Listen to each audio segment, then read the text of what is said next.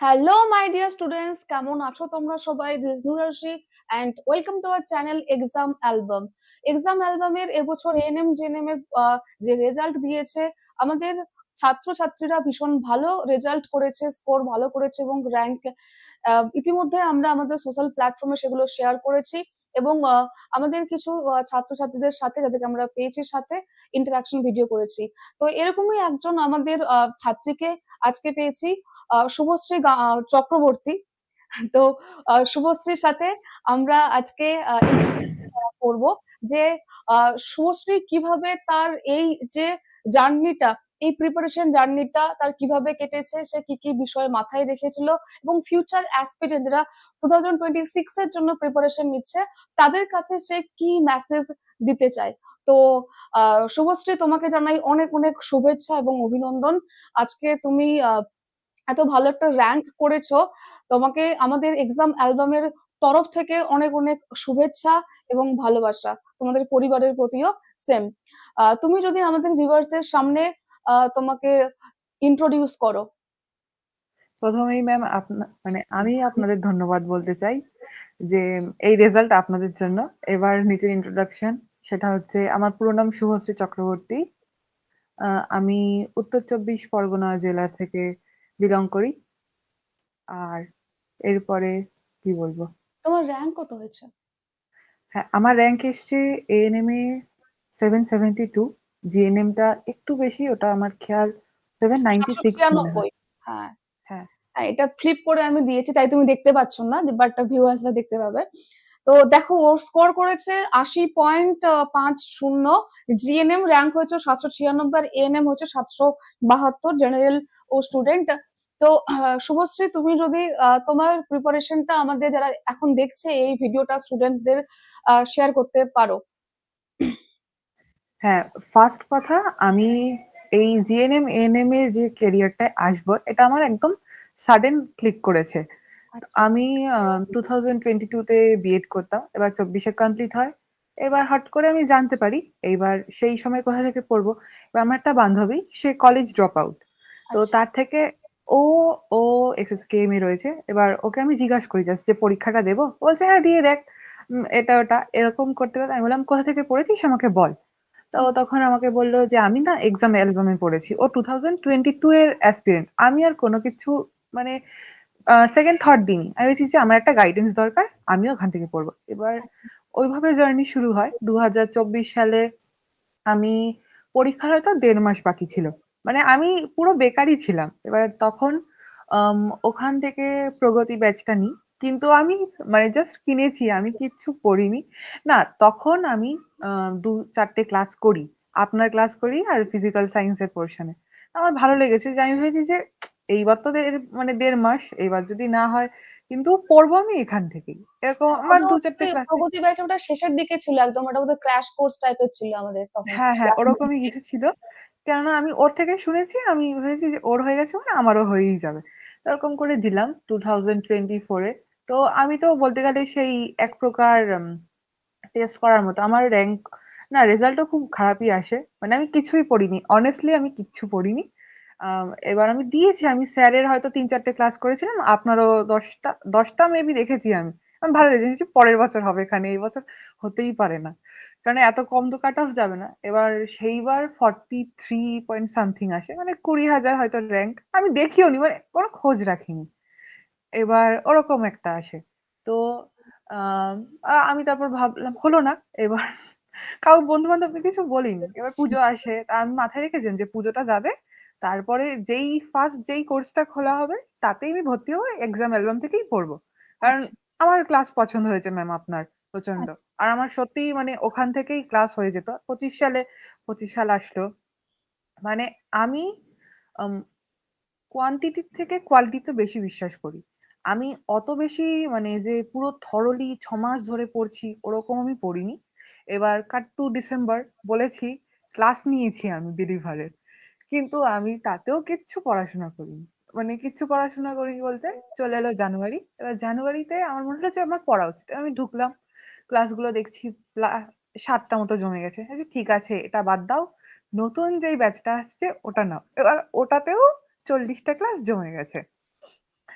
যে অ্যাসপিরেন্ট আমার গল্প শুনবে তার মনে হবে যে এ মনে হয় ফোকাটে পেয়ে গেছে, কিন্তু না। না, না, না, না, একদমই না। সেটা না। এবার এটা ইন্ডিভিজুয়াল স্টোরি। সবার আলাদা, আলাদা গল্প হয়। হ্যাঁ, হ্যাঁ, আলাদা স্টোরি। মানে আমার মানে আপনি যখন বলেছেন যে আমার ভিডিও নেয় না, আমি শুধু ভাবছি যে আমি কি বলবো, যে আমি যদি বলি সবাই ভাববে যে এ মনে হয় মিথ্যে বলছে, কিন্তু এগুলো একদম রিয়েল। এবার আসলো ফেব্রুয়ারি, চলে এলো, ওখানেও দেখলাম 40টা ক্লাস। এবার আচ্ছা, ব্যাকলগ। আমি তো আপনাদের ক্লাস আপনারটা পুরো স্লোলি শুনি, কারণ ওতেই আমার হয়ে যেত। আচ্ছা, আর স্যারেরটাও বসে বসে নোট করা। এবার ফেব্রুয়ারি যখন পড়লো, তখন আমি এভরিডে, ওই যে আমি বললাম কোয়ান্টিটি থেকে কোয়ালিটি, আমি ওই ফেব্রুয়ারি থেকে মার্চ, মার্চ অব্দি আমি পুরো সিলেবাস বলতে গেলে মানে ওয়ান না, ক্লাস 9 পোর্শন ফার্স্ট যেভাবে পড়ানো হয় 9 to 10 পুরো ওরম ভাবে, তো প্রথমে পুরো 9 পোর্শন পুরো কমপ্লিট করে ফেলেছি, কারণ পরীক্ষা চলে আসবে যেহেতু জানি প্রচুর। আর হাই ওয়েটেজ গুলোকে আমি লাইফ সায়েন্স আর ফিজিক্যাল সায়েন্সের উপরে পুরো জোরটা দিয়েছিলাম যে আচ্ছা। ওটা হয়ে যাবে। আর ইংলিশে আমার আমার নিজের মনে হয়েছিল হুম। আগের বার পরীক্ষা দিয়েও যে আমার গ্রিপ মানে ভালো গ্রিপ আছে, আমি পারবো, কিন্তু এইবার ঠিক ওখানেই ঝাড়টা খেয়েছি আমি। ইংলিশটা মানে ইংলিশটা একটু একটু অড এসছে আমার জন্য, কারণ আমি ওটা ভেবেছিলাম, পুরো ওভার কনফিডেন্ট হয়ে গেছিলাম, ভেবেছিলাম আমার হ্যাঁ। হয়ে যাবে। আর এই বছর তো আমি আর প্রশ্নগুলো কেমন, কেমন এসেছিল বলছিল সবাই ইংলিশের। এই বছরটা, হ্যাঁ এই বছর মানে যে প্র্যাকটিস করবে তার জন্য কতটা ইজি আমি জানি না, যেহেতু আমি ওটা জোর দিইনি, ওভার কনফিডেন্ট ছিলাম যে আমার হয়ে যাবে। আমার একটা ইয়ে ছিল তো ওখান থেকে। তো আমি ফেব্রুয়ারি টু মার্চ, হ্যাঁ মার্চটাও মানে প্রচুর, হয়তো 9-10 ঘন্টাও পড়েছি। মানে আমার ছিল যে পড়তে হবে, মানে যখন আমি পড়বো তখন আমি আর কিচ্ছু দেখবো না। মানে আপনি যা করিয়েছেন সেইটা তো পুরো একদম গুলে খাওয়ার মতো, কারণ আমি নোট দেখতে দেখতে মানে ক্লাস দেখতাম, আপনি যা বোঝাতেন বলতেন লিখছো, আমি তো ব্যাকলগালা, মানে জমে যাওয়া ক্লাস করা। এরকমও করেছি যে সকালবেলা পুরো 4 ঘন্টা একটা ক্লাস করলাম, সেটা একবারে নোট ডাউন করলাম। এবার আচ্ছা। তারপরে একটু ব্রেক নিয়ে স্যারের একটা ক্লাস করে নিলাম, হয়ে গেল। এবার বিকেলে চলে গেলাম, এবার মাঝের টাইমে একটু অঙ্ক করলাম, বা হচ্ছে যদি মনে হলো মানে রিভিশনটা দেওয়া দরকার, আরেকবার জাস্ট চোখ দিয়ে দেখে নেয়, কারণ আপনি যেভাবে পড়িয়েছেন যদি মন দিয়ে শোনা হয় সঙ্গে সঙ্গে ওটা ক্যাচ হয়ে যায়। আর মানে মাধ্যমিকের সময় ভালো ইয়ে ছিল, লাইফ সায়েন্সের প্রতি একটা ভালোবাসাও ছিল, তো হয়ে যেত ওটা ইজিলি। এবার ফিজিক্যাল সায়েন্সে একটু জোর দিতে হয়েছে, কারণ ভয় হয়ে গেছিল, অনেকদিন কাছে ছিলাম না। তো এই করে করে ওরকম হলো। আবার পরীক্ষায় শুনলাম পিছিয়ে যাচ্ছে, তো আমার আবার আসল রূপ, যেটা যে ওই যে ঘুমিয়ে যাওয়ার মতো, তো ওরকম চলে এলো। ল্যাদ আমার খেয়ে মনে যাওয়া। হলো হ্যাঁ, হ্যাঁ, হ্যাঁ। না, না আমি ভাবছি কি মানে এমনও হয়েছে যে এপ্রিল যে পরীক্ষা চলে আসবে, আমি এপ্রিলে পয়লা বৈশাখে ড্রেসও কিনতে যাইনি। মানে এরকম যে আমি ড্রেস কিনতে যাবো না, আমার একদিন নষ্ট হবে। আমি একদিন শপিং এ যাবো, একদিন নষ্ট হবে। আমি যদি পয়লা বৈশাখে বেরোই, একদিন নষ্ট হবে। মানে আমি এরকম এরম ভাবে আমি পড়ি যখন আমার মনে হয় প্রচুর, কারণ আমার সময় নেই। ওই করতে করতে যখন চলে এলো, এবার আমি নিজের জন্মদিনের জন্যও আমি বেরোইনি, কিচ্ছু কিনিনি, যে আমি পড়বো পরীক্ষাটা দেবো। এইবার যেই জন্মদিনটা চলে গেল প্লাস পরীক্ষাও পিছিয়ে গেল, তো আমার কিছুই কেনা হলো না, প্লাস হচ্ছে আমার পরীক্ষাও পিছিয়ে গেল। তো এই করে, তো সেম পুজোর সাথেও এরকমই হয়েছে। তো তারপর এরকম পড়বো, আজকে পড়বো কালকে পড়বো, এবার নোটস একটু একটু দেখেছি, খুবই অল্প, সেটা মানে ধরার মতো না, মানে পুরোপুরি পড়া অফই হয়ে গেছে। তারপরে আমার মনে হলো যে ঠিক আছে, জুলাই আগস্ট থেকে পড়বো। আগস্ট তো চলে যাচ্ছে। এবার তারপরে সেপ্টেম্বরে মানে একটা নোটিফিকেশন আসার মতো ইয়ে ছিল যে বেরোতে পারে, আর আপনিও বলছিলেন, আপনারা বলছেন যে পড়ো পড়ো হবে। এবার আমি না তখন ক্লাসে ঢুকতাম, হুম। কিন্তু ওই যে ও পরে হবে ঠিক, আমি করেই নেবো। তো এইরকম জিনিসটা তো আমার মাথায় থাকতো যে আমাকে পড়তে হবে, কিন্তু আমি পড়তাম না, এরকম। তো সেপ্টেম্বরে ওরকম ভাবতে ভাবতেই 2 তারিখ মনে হয়, 3 তারিখে নোটিফিকেশন আবার বেরোয়। হুম, ৩ ওই যে তারিখে। 3 তারিখ থেকে আবার পড়তে বসি, তখন এরকম 9 ঘন্টা 10 ঘন্টা 11 12 উঠে যাচ্ছে এরকম। যে মানে আমার স্ক্রিন টাইমে আমি দেখছি যে এক্সাম অ্যালবামে ধরো এরকমও আসছে, স্ক্রিন টাইম আমার 12 ঘন্টা 13 ঘন্টা 14 ঘন্টা, মানে যা করছে ওখানে, মানে খেলাম এলাম সকালে উঠলাম যা করছি, টেস্ট দেয়া হোক যা হোক যে। আর আমি কি করেছি তখন, 10-এর চ্যাপ্টার গুলো করা শুরু করেছি, 9 তো করা ছিল, আমি ওই পুরোনো চ্যাপ্টার গুলো যে মক টেস্ট ওগুলো দেওয়া শুরু করতাম, যে আচ্ছা। ওগুলো বারবার যেটুকু ভুল থাকলে সেটা আমি দেখে রাখতাম, আবার 2 দিন পরে দিলাম, মানে নতুন পড়ছি ও সেটা পুরোনো গুলো ঝালিয়ে যাচ্ছি। ওরকম করতে করতে পুজো আসলো, আমি পুজোতে আমি একটা দিনও বেরোইনি, একটা দিনও। এই করে ওই সেম জিনিস, কারণ আমাকে তো সিলেবাসটা কভার করতে হবে। তারপরে ওই অষ্টমীর দিন একটু বেরিয়েছিলাম পাড়াতে, তো দিয়ে এলাম। ওইভাবে এইভাবে আমি সিলেবাস কমপ্লিট করেছি। আর ওই যে এক্সাম অ্যালবামে যা সাজেশন দেওয়া হতো সেইগুলো আমি মন দিয়ে শুনেছি যে এখান দিয়ে করো, কারণ যেহেতু লাস্ট টাইম ছিল তখনও আমি লাইফ সায়েন্স আর ফিজিক্যাল সায়েন্সের উপরে জোরটা দিয়েছি। কিন্তু আমি যে সাজেশন যে ভিডিওগুলো যে ইংলিশে এই পোর্শনটা করো, তো আমি লাস্ট ওই ইংলিশে এই হোমোনিম গুলো ওগুলো করতাম। ওই মানে আমার ব্রেকটাও ফোন ঘাটা না, ব্রেকটার মধ্যেও আমি কোনো পড়াশোনাই করছি। মানে ওই যে যে গ্যাপটা দিয়েছি সেটাও মানে আমি তুলে নিয়েছি ওইভাবে। বুঝতে পেরেছি, মানে তুমি এমন ব্যাপারটা যে তুমি যেটুকুনি টাইম দিয়েছো সেই টাইমটুকু তুমি কোয়ালিটি টাইম দিয়েছো। হ্যাঁ, হ্যাঁ, হ্যাঁ। মানে তখন মানে এরকম যে আমাকে পড়তেই হবে আর কিছু নেই। কারণ আমাকে সিলেবাসটা তুলতে হবে। নয়তো এটা তো ঠিকঠাক না যে যে প্রচুর পড়ছে সে পাবে। আমি যদি বেকার ফোকাটে গিয়ে আমি যদি চাই যে না আমারও হয়ে যাবে, আমি ভালো র‍্যাংক করবো, এদিকে আমি পড়বো না। আমাকে করতেই হবে। সেটা তো না হবে হয় না, করতে তো হবেই, তাই না? হ্যাঁ, মানে অনেকে যারা কনসিস্টেন্টলি পড়ে গেছে, পড়ে গেছে। কিন্তু আমার ছিল যে হ্যাঁ, আমি করলে হয়ে যাবে। কারণ এটা।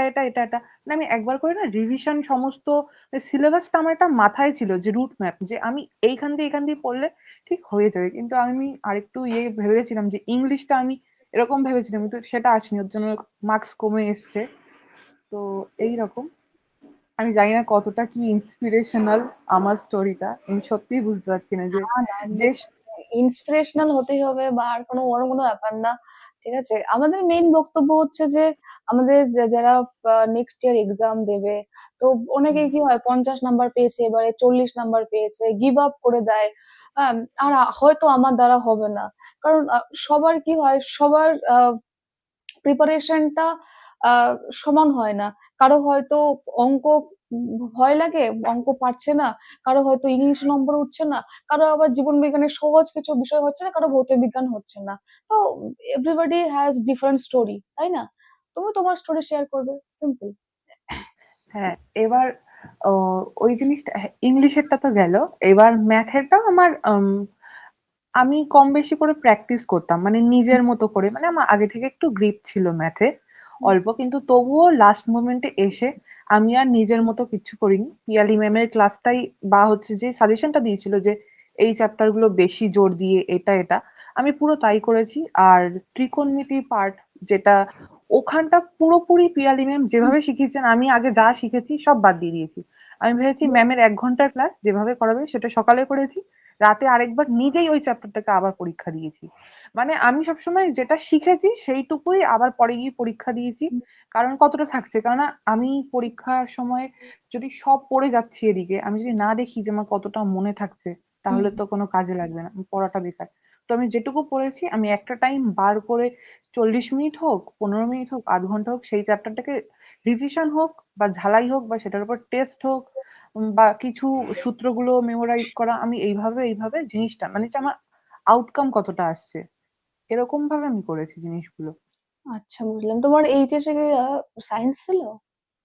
আমার বায়ো সায়েন্স ছিল। বায়ো সায়েন্স ছিল, তো তোমার মানে বায়োলজি অলরেডি তাহলে মানে স্ট্রং ছিলই। বলা যায় মানে আমার মাধ্যমিক থেকেই খুব ভালো লাগতো। আমি মাধ্যমিকে 92 পেয়েছিলাম লাইফ সায়েন্সে। আরে বাহ, ভেরি নাইস, খুব ভালো। তো তোমার অলরেডি লাইফ সায়েন্সের প্রতি একটা, বলতে পারি যে ছিল, ভালো একটা স্ট্রং, তোমার হ্যাঁ, কনসেপ্ট ক্লিয়ার ছিল আগে থেকেই। তো না তোমার মানে কতটা বেস স্ট্রং আমি এটা জানি না, কিন্তু ওই থাকে না যে বিলিভ ইন ইয়োরসেলফ এরকম মতো। তো সাবজেক্টটার প্রতি আমার বিলিভ ছিল যে আমি যদি ওটাকে মানে একটু শুনি বা একটু করি বা কোনো মেন্টর যদি থাকে, আমি সাবজেক্টটাকে একবারেই ক্যাচ করতে পারবো। আর বুঝলাম। সেটাই হয়েছে। কিছু কিছু জায়গা যেগুলো যেমন হার্টের পোর্শন, আমি পরীক্ষা তো আমাকে ছেড়ে আসতে হয়েছে একটু কনফিউশনের জন্য। ওই যে আচ্ছা। একটা ছিল না যেখানে ভালভের ব্যাপারটা, ওটা শিরা অ্যান্সার হবে, কিন্তু ভালভ ওরম ভাবে পড়েছি, বই তো ওরম ক্যাটাগরাইজ করা ছিল না। তো হুম। আমার কনফিউশন হয়েছে, আমি নেগেটিভের ভয়টা দিইনি।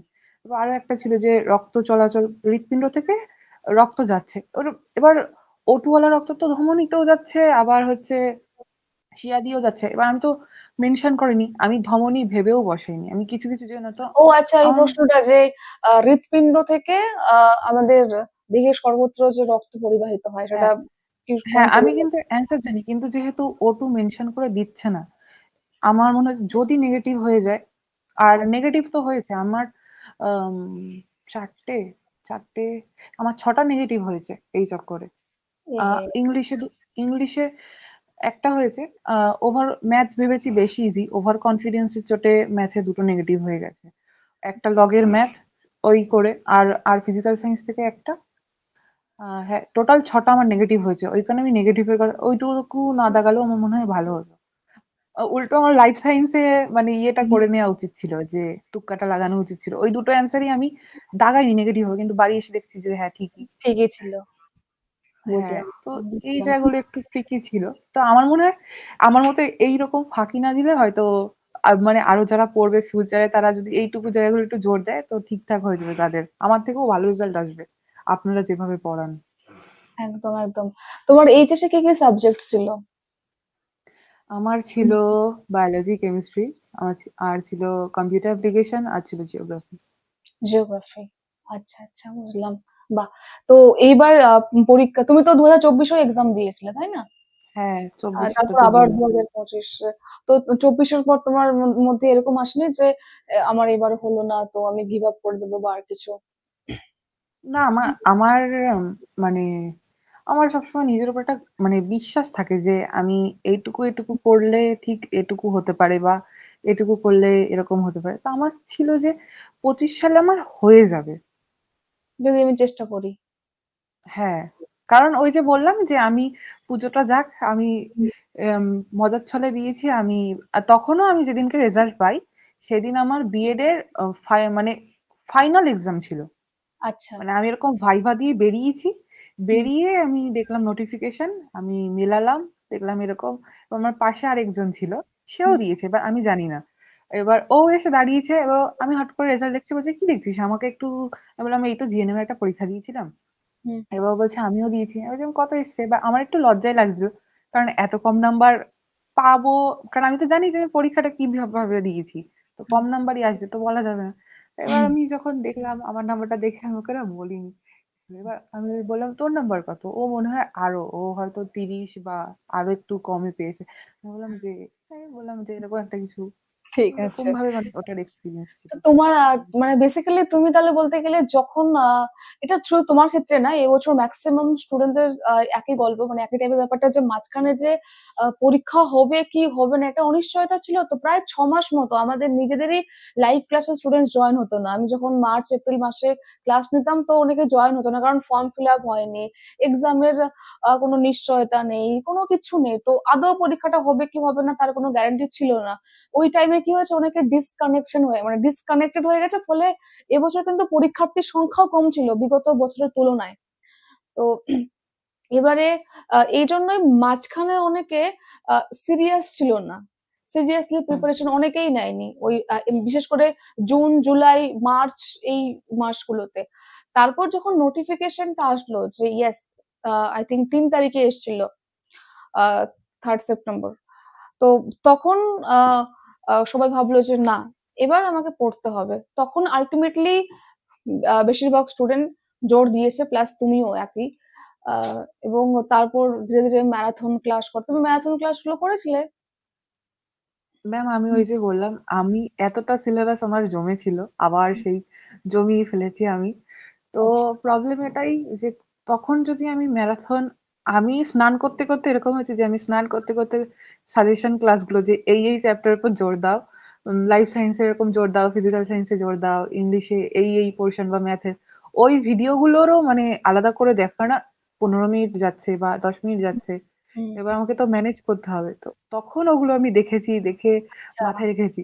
হ্যাঁ, তো আমরা ভিডিও ম্যাথ, দিয়েছিলাম পার্টিকুলারলি যে এই সাবজেক্ট মানে হ্যাঁ এই হ্যাঁ হ্যাঁ, সাবজেক্ট এইভাবে করে পড়ো, ওই ভিডিওগুলো যে কথা এত বলছো? সালে এসছে।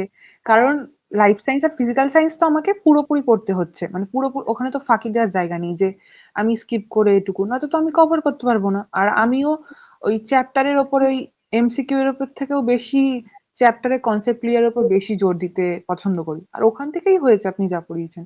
হুম, তো ওগুলো, আর ওই চ্যাপ্টার ওয়াইজ মক টেস্ট দিতে দিতে দুটো হয়তো আমি ফুল সেটও দুটো দিতে পেরেছি। তো ম্যারাথন ক্লাসের আমি সময় খুব একটা পাইনি, আমি লাস্ট একদিন দিয়েছি।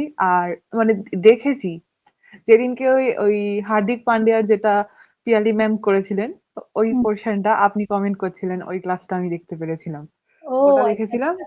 আর ওই দিনের হ্যাঁ মধ্যে হ্যাঁ, আমি 6 ঘন্টা কি 8 ঘন্টা ক্লাস নিয়েছিলাম তার কিছু ক্ষণ আগেই।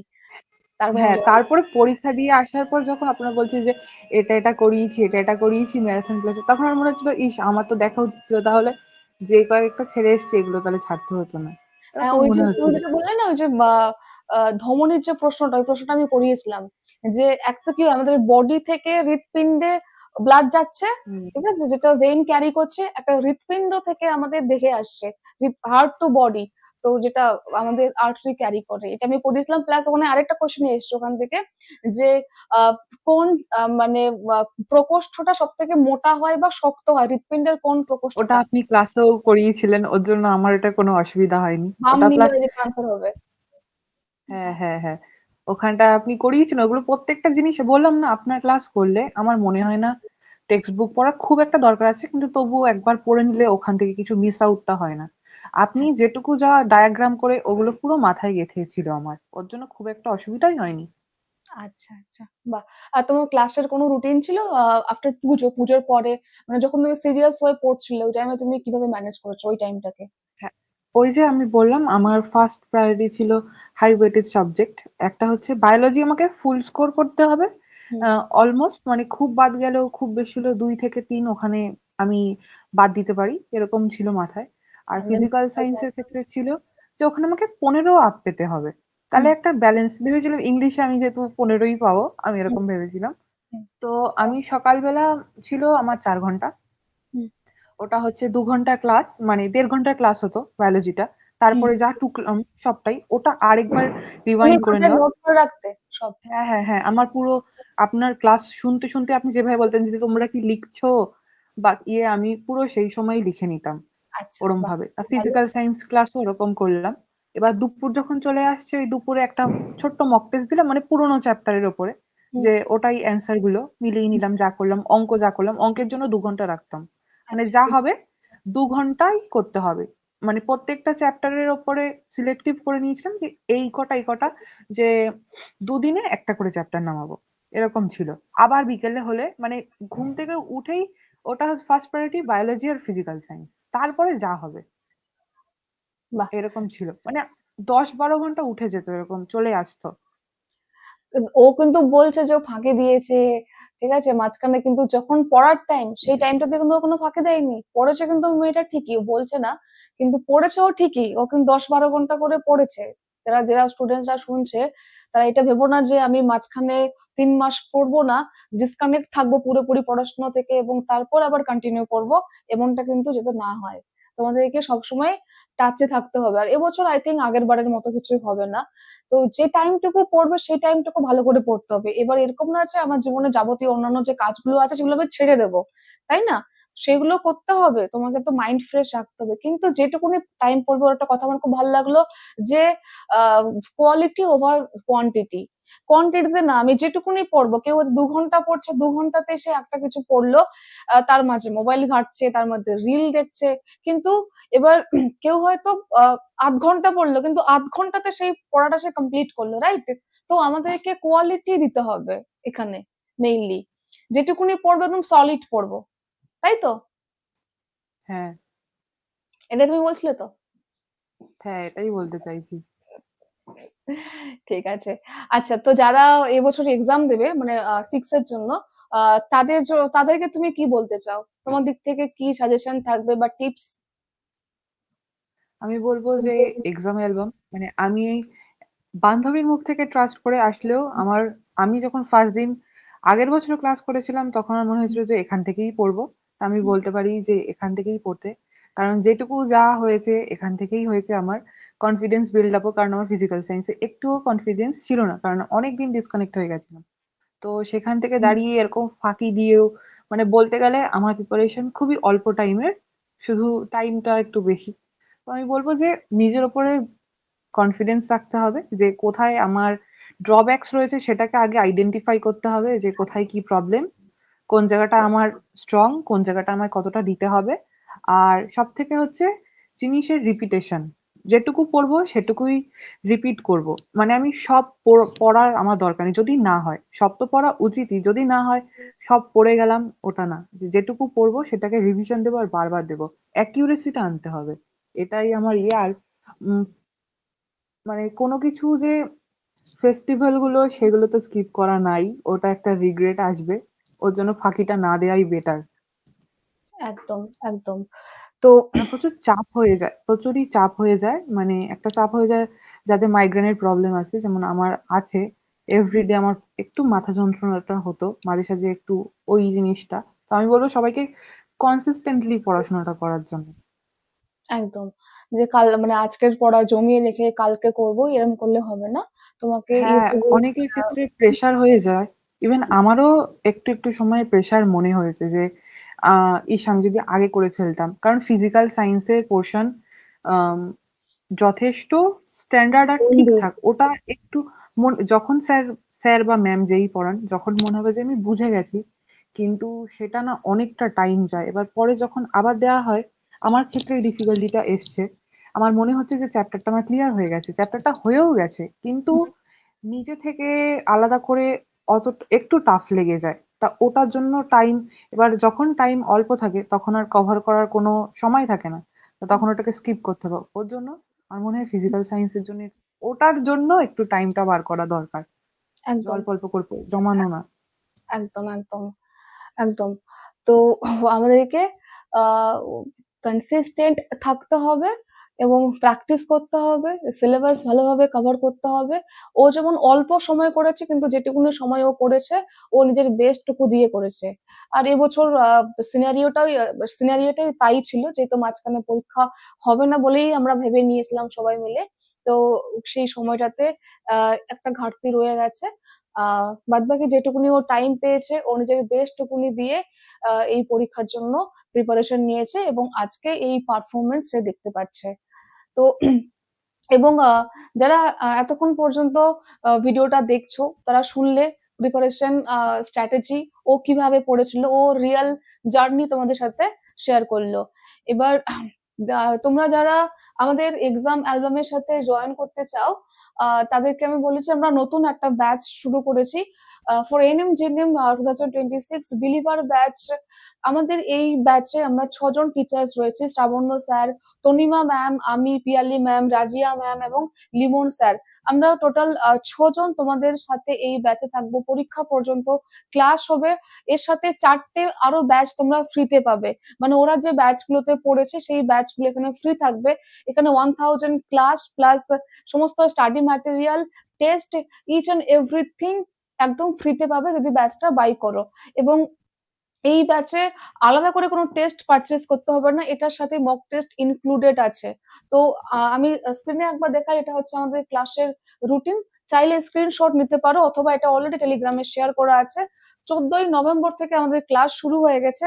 যারা এক্সামের জন্য সিরিয়াসলি প্রিপারেশন নিতে চাও তো তারা আমাদের সাথে যুক্ত হতে চাইলে এক্সাম অ্যালবাম অ্যাপ ডাউনলোড করে সেখান থেকে তোমরা এটাকে বাই করতে পারবে। আমি আরেকবার বলে দিচ্ছি কিভাবে তোমরা বাই করবে। Exam album app play store থেকে মোবাইলে ডাউনলোড করে সেখান থেকে খুব সহজে বাই নাওতে ক্লিক করে পেমেন্ট করতে পারবে। ওয়ান টাইমও পেমেন্ট করতে পারো, চাইলে মান্থলিও পেমেন্ট করতে পারো। আমরা চাই যে সকল স্টুডেন্টস যাতে, সমস্ত স্তরের স্টুডেন্টস যাতে আমাদের সাথে কানেক্ট হতে পারে, এর জন্য আমরা অ্যাফোর্ডেবল ফিস রেখেছি। তোমরা মাত্র 1999, তার মধ্যে আবার ডিসকাউন্ট আছে, 1800 সামথিং পড়বে টোটাল, দিয়ে তোমরা আমাদের এই ব্যাচে যুক্ত হতে পারো পরীক্ষা পর্যন্ত। চাইলে মান্থলি পে করতে পারো 225 করে, 2 মাস অন্তর অন্তর তোমাকে পে করতে হবে। তো এই হলো আমাদের ফি স্ট্রাকচার। যারা আমাদের সাথে কানেক্ট হতে চাইছো, এই যে ফোন নাম্বারটা আছে এই ফোন নাম্বারে যোগাযোগ করতে পারো, 8509386897। এটা ডেসক্রিপশন বক্সেও দেওয়া আছে, পিন কমেন্টও দেওয়া আছে, সেখান থেকেও তোমরা চেক আউট করতে পারো। আচ্ছা, তো আমরা শুনলাম এতক্ষণ শুভশ্রী চক্রবর্তীর কথা এবং I think and I believe that যারা দেখলে এতক্ষণ পর্যন্ত তাদের অনেকটা হেল্পফুল হবে। এবং শুভশ্রী তোমার কাছে এবার আসি। তোমাকে অনেক অনেক থ্যাংক ইউ এত রাতে আমাকে সময় দেওয়ার জন্য। সিরিয়াসলি আমি মন থেকে অনেক thankful and grateful towards you. ভীষণ ভালো লাগছে এন্ড আমরা হ্যাঁ, এটা তো সিরিয়াসলি আমার প্রাউড বলা ফিল উচিত। করছি। অ্যান্ড উই আর লাভ, আমরা একদম সত্যি বলতে খুব আমরা এই দিনটা দেখার জন্যই ওয়েট করি যে হ্যাঁ আমাদের ছাত্রছাত্রীরা যাদেরকে এতদিন ধরে পড়িয়েছি তারা একটা ভালো জায়গাতে পৌঁছেছে, ভালো একটা স্কোর করেছে। এর থেকে বেশি সার্থকতা আমাদের আর কি হতে পারে? তো আমরা ভীষণ ভীষণ খুশি, একদম মন থেকে খুব খুব খুশি। হয়তো ফোন করে সবাইকে উইশ করা পসিবল হচ্ছে না, যেহেতু আমাদের এখান থেকে প্রচুর স্টুডেন্টস পেয়েছে, তবুও চেষ্টা করেছি সবার সাথে কানেক্ট করার এবং কিভাবে চয়েস ফিল করবে তারও একটা করে আমরা পাঠিয়ে দিয়েছি সবাইকে। তো আমরা আমাদের দিক থেকে বেস্ট চেষ্টা করেছি।